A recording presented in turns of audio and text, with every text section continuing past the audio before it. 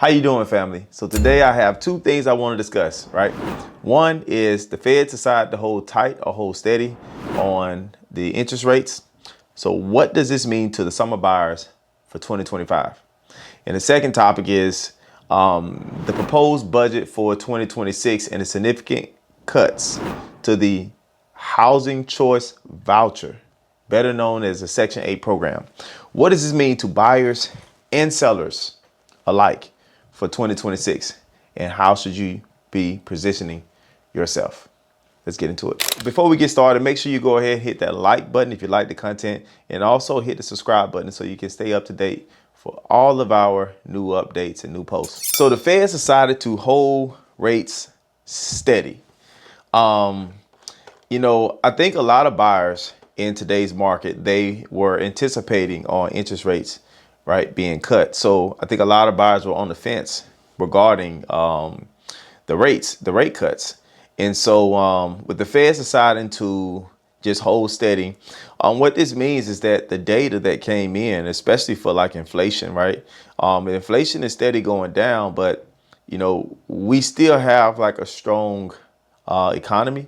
We still have, buyers and transactions going on steadily. So, I think for this summer, what it does is it gives buyer more opportunity to negotiate, right? To negotiate. What it does is creates some predictability in an unpredictable market. And so what I mean by that is that, if as the Feds hold rates steady, right, and this would be like I think like the fourth consecutive meeting without a rate hike or a rate cut. And so now, of course, a lot of the experts are expecting rates to be cut maybe toward the end of Q4 or more into 2026. But again, here in 2025, what that does for the summer buyer is creates more predictability, and it creates more negotiating room for buyers, right? Because if the Feds would have actually cut the rates and we created a more buyer demand in today's market where, we already have an issue, right? We already have an issue with affordability in today's market. And now you create a higher demand, is going to put a bigger strain on affordability in today's market. So I think, with the Feds holding rates, where they are, it gives buyer a summer to negotiate more, where you may be able to, get closing concessions, right? You may be able to get down payment assistance, closing concessions. You may be able to get the seller to cover, interest rate buy down. I think right now you really have to be creative and open-minded when it comes to just staying attractable to the buyers. Now, on the seller side, I think that it puts a lot of emphasis on the actual product, right? Because as buyers have more available options on the market right now, then you really have to prepare your house to go to market. You just can't, back in the COVID days, right? We were selling anything. Sellers didn't have to do anything. They didn't have to repaint, didn't have to stage the house or anything. You barely put a picture up and people were making offers. But now, staging matters, right? The presentation matters. Curb appeal matters. But I think that we also have to be very aware of what the housing value trends are. If the housing value trends are trending downward, then we have to take that into consideration when bringing our houses to the market as sellers, right? So if we understand this, then we also need to make sure that we don't over improve or over update our home to be above the market, where you end up with sunken costs, meaning expenses that you won't get back upon selling. I think that it's a great time in the market for buyers right now. I think it's a great time in the market for buyers.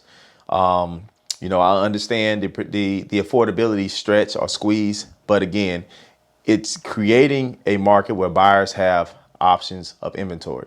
All right, buyer have options of inventory.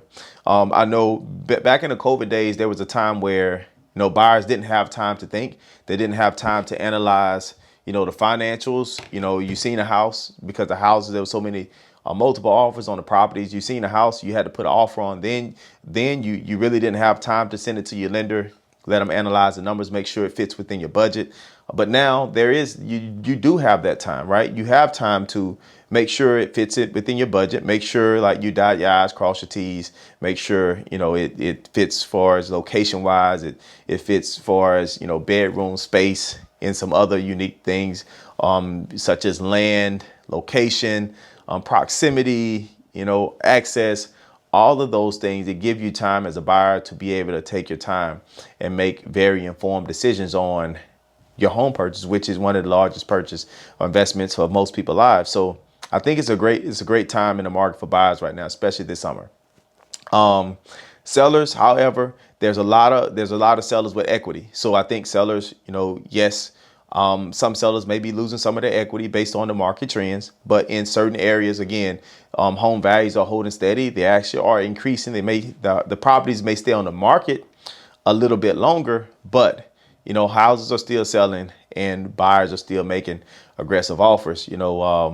But all of the overpriced homes, I think that sellers really have to come to understand that if the appraised value come in right at 10, 15, or even 20,000 below asking price or below contract price, I think that's not a deal killer. As long as your equity is there, we have to be open minded to where the values are of our homes, where the appraised value is going to come back as well.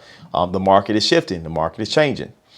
So I think right now, if you are selling, if you're thinking about selling or wanting to sell, I don't see waiting another 12 months to sell our home. I don't see it making a big difference. And, because I get asked this question a lot, right? Should I wait a year to sell my home or should I sell right now? And the biggest concern they have is that I don't want to, lose value. I don't want to make a decision right now and my property, lose value, or I miss out on equity that I could have gotten had I kept my house for another year. So with me looking at and foreseeing where the market is going, looking at the job market, right? There's a lot of layoffs going on in the job industry. I don't see the buying market becoming stronger over the next 12 months. I see the buying market sort of balancing out. With the rate that they're building apartments, with the rate that new construction are continuing to build, right? And with the rate of new listings coming on the market, I more so see a trend that we may have on average maybe 0 to maybe 1-2% appreciation in most areas. In other areas, I think you may have a negative 3% appreciation. I don't see this being a year where you're really going to grow a lot in home values or in equity over the next 12 months. I just don't see it. So if you're a seller sitting on the fence right now, I don't see where it can really be beneficial for you to wait another year or to next summer to sell your home. If rates drop next summer, will we have a increased demand? Of course, we'll have increased demand, but I don't see values. I don't see where home values are going to increase significantly where you'll miss out on value if you sold now opposed to next year. Now, one thing that we do have to take into consideration is that we don't really know what the tariffs is going to do. We don't know what the proposed federal budget for 2026, what that significant cuts to the housing choice voucher program is going to do to the market. Could it lower the values, right, in certain markets? Absolutely.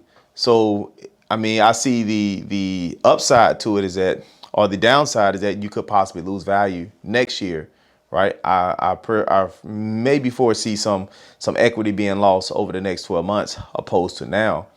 So let's talk about the proposed federal budget for 2026 and the housing choice vouchers. Now, that program, I think it's really going to be challenging, right? It's really going to challenge the market because I think that program is really going to put some strain on the lower end markets. I think it's going to have, it's going to reduce rental options for sure. You have a lot of investors that was their model, right? To invest in areas where they can get guaranteed Section 8 vouchers and get tenants in. Now you're going to have a lot of these investors looking to liquidate.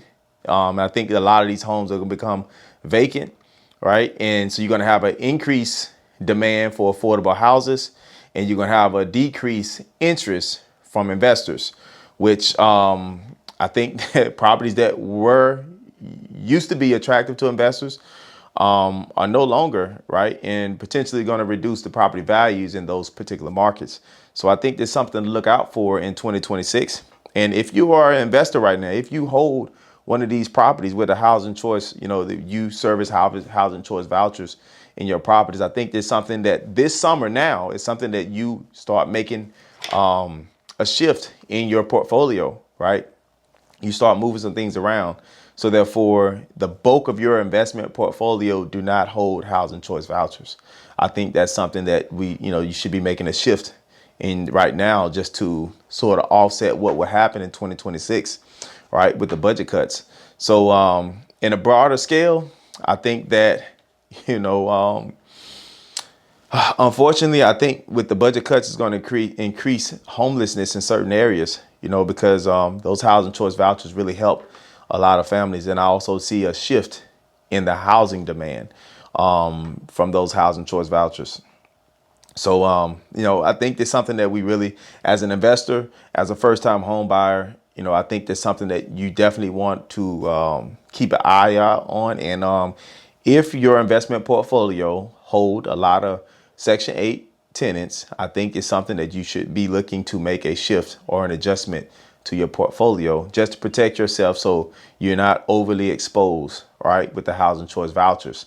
If, your particular tenants lose those vouchers. All right. Look, man, it's a lot of movement going on in the real estate market. It's definitely a shift going on. And you definitely want to stay tuned and up to date to make sure you're making the right decisions, right?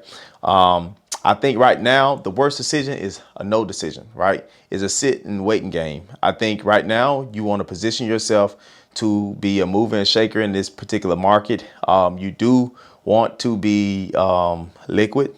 I do see a lot of options, a lot of opportunities coming, but I also see, right? I also see an increased demand in certain markets. Not all markets, but in certain markets, I do see an increased demand. So listen, if you like this video, make sure you hit that like button. Also, don't forget to subscribe for more updates. We're going to be covering all the updates and news moving forward when it comes to the real estate market, just to keep you guys informed and making well decisions when it comes to buying, selling, or making informed decisions on your investment portfolio.